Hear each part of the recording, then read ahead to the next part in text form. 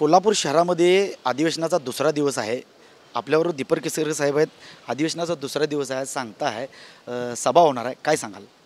अतिशय चांगला असा प्रतिसाद संपूर्ण कोल्हापूर शहरामध्ये आहे. काल ज्यावेळेला अधिवेशन संपलं त्यावेळेला आम्ही छत्रपती शिवाजी महाराजांचे कार्यक्रम असलेल्या ठिकाणी गेलो होतो. तिथे अतिशय उत्स्फूर्त असं लोकांनी स्वागत केलं. प्रत्येक ठिकाणी कोल्हापूर शहरामध्ये जिथं जिथं गेलो तिथं आदरणीय मुख्यमंत्री महोदयांच्या स्वागतासाठी लोक दुतर्फा उभी होती. एक वेगळं अट्रॅक्शन, वेगळं आकर्षण हे शिंदेसाहेबांसाठी अशासाठी आहे की सांगितलेलं करणं हे शिंदेसाहेबांचं वैशिष्ट्य आहे. आणि म्हणून कोल्हापूरसाठी 100 कोटीचे कॉन्क्रीटचे रस्ते असून दे, कोल्हापूरचा रेंगाळलेला पाण्याचा प्रश्न असून दे, किंवा कोल्हापूर जे पाण्यामध्ये बुडतं त्याच्यासाठी त्यांनी मला आदेश दिलेले होते की पालकमंत्री म्हणून ताबडतोब ह्याचा फॉलोअप घे. तो आराखडासुद्धा आम्ही तयार केला. त्यांनी आणि जलसंपदा मंत्री आणि उपमुख्यमंत्री फडणवीस साहेब दोघांनी मिळून तो मंजूरसुद्धा करून घेण्याच्या स्टेजला आता आलेला आहे. महालक्ष्मीच्या परिसरामध्ये अनेक विकास कामं होत असताना महालक्ष्मीसाठी नवीन दर्शन रांग आणि त्याचा एक मास्टर प्लॅन तयार करण्यात आलेला आहे. रंकाळ्याचं काम पूर्ण झालेलं आहे. कोल्हापूरवासियांची ज्या ज्या मागण्या होत्या त्याच्यामध्ये सगळ्यात महत्त्वाची मागणी ही पंचगंगेच्या प्रदूषणाच्या संदर्भातली होती. सर्वात मोठं असं पंचतत्वावर आधारित एन्व्हायरमेंटचा कार्यक्रम, पर्यावरणाचा कार्यक्रम हा कोल्हापूरमध्ये घेण्यात आला आणि पंचगंगा शुद्धीकरणाचा एक मोठा आराखडा मुख्यमंत्री महोदयांनी मंजूर केलेला आहे. लवकरच त्याची अंमलबजावणीला सुरुवात होईल आणि 1-2 वर्षामध्ये पंचगंगा पूर्ण प्रदूषणमुक्त होईल. हे जे काय घडतं हे घडत असताना एक पर्यटनालासुद्धा वेगळी दिशा ही देत असताना पवनखिंडीमध्ये 15 कोटी रुपये मंजूर करण्यात आले. आपल्याकडे बिंदू चौकामध्ये जेल आहे, हे जेल शिफ्ट केलं तर तिथं लोकांना उंच इमारती बांधता येतील. अनेक गोष्टी ज्या कोल्हापूरशी संबंधित आहेत, ज्याच्यामध्ये कोल्हापूरचा विकास आहे. कोल्हापूरचं कलेक्टर ऑफिस पाण्यामध्ये जातं, त्याच्यासाठी जवळजवळ 186 कोटी रुपये खर्च करून मंजुरी देण्यात आलेली आहे. शेंडा पार्कमधलं हे काम सुरू होईल. शेंडा पार्कमध्ये लवकरच IT पार्कचं काम सुरू होईल.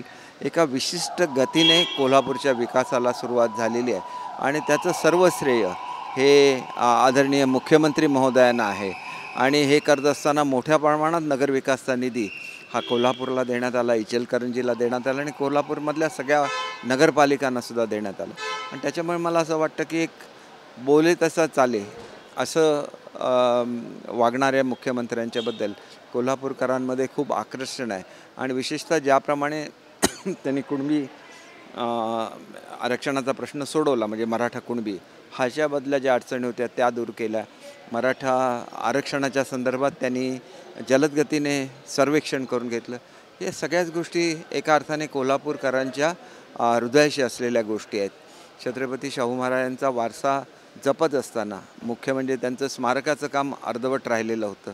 त्याच्या संदर्भातला GR त्यांनी काढला आणि खाजगी जमिनीवर विकास करण्याचं त्यांनी नवीन GR प्रथमच महाराष्ट्रामध्ये काढला आणि त्याच्यामुळे सांस्कृतिक स्थळाचं काम पूर्ण होऊ शकलं. तर मला असं वाटतं असंख्य गोष्टी आहेत, पण एकच आहे की कोल्हापूरकरांनी जेवढं शिवसेनेवर प्रेम केलं, बाळासाहेबांवर प्रेम केलं, तेवढंच प्रेम मुख्यमंत्री महोदयांनी कोल्हापूरवर केलेलं आहे. आणि त्याचा प्रत्येक वेळोवेळी इथले असलेले खासदार, इथं असलेले आमदार सर्वच लोक पॉझिटिव्ह असतात. आणि त्याच्यामुळे कोल्हापूरमध्ये अधिवेशन होणं हे एका दृष्टीने पर्वणी असते. खूप आनंद या ठिकाणी येऊन झाला. दुसरा दिवस आणि जाहीर सभा तेवढीच मोठी होईल याची मला खात्री आहे. काल हायकोर्टानं असे आदेश दिलेत की OBC आरक्षण असू दे, धनगर आरक्षण हे फक्त संसदेमध्ये देता येतं, त्याबद्दल काय सांगा? बघा, संसदेमध्ये देता येत असलं तरी प्रस्ताव इथून जायला लागेल. त्यांनी जर असा निर्णय घेतलेला असेल आणि संसदेमध्ये जायला, आम्ही संसदेमध्ये जाऊ. त्याच्यामुळे आमचं हे काय OBC आरक्षण नाही. बेसिकली OBC आरक्षण, आमचं आरक्षण हे इकॉनॉमिकली वीकर सेक्शनसाठी असलेलं आरक्षण आहे. ते देण्याचे अधिकार राज्याला आहेत. आम्ही ते देऊ. त्याच्यानंतर सुप्रीम कोर्टामध्ये ते टिकेल याची आम्हाला खात्री आहे, कारण त्यावेळेला आमच्याकडे एम्पिरिकल डेटा कमी होता. आता पुरेसा डेटा आहे. 100% समाजाचं सर्वेक्षण हे रेकॉर्ड टाईममध्ये पूर्ण झालं आहे आणि हे जगामध्ये एक रेकॉर्ड आहे. कायद्यात बदल करून धनगर समाजाला आरक्षण देतो असं बोलत राज्य सरकार, तसं देता येईल? नाही, हे बघा, काही जे नवीन निर्णय असतात ते तपासून बघायला लागतात. तपासल्याशिवाय त्याच्यावर काही कॉमेंट करणं योग्य होणार नाही. काल जो गुहागरमध्ये भाजपच्या कार्यकर्त्यावर दगडफेक झाली शिवसैनिकांनी केली त्याबद्दल काय सांगाल उबाटा गटाने?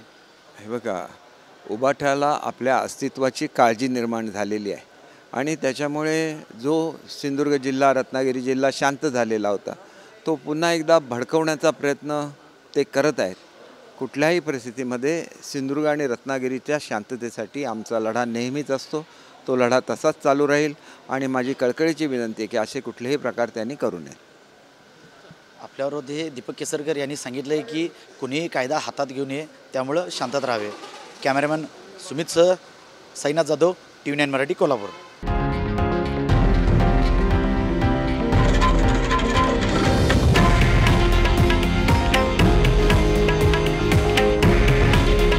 हे आहे देशातील नंबर 1 न्यूज नेटवर्क आणि आपण पाहत आहात TV9 मराठी. काळजी तुमची, हित महाराष्ट्राचं.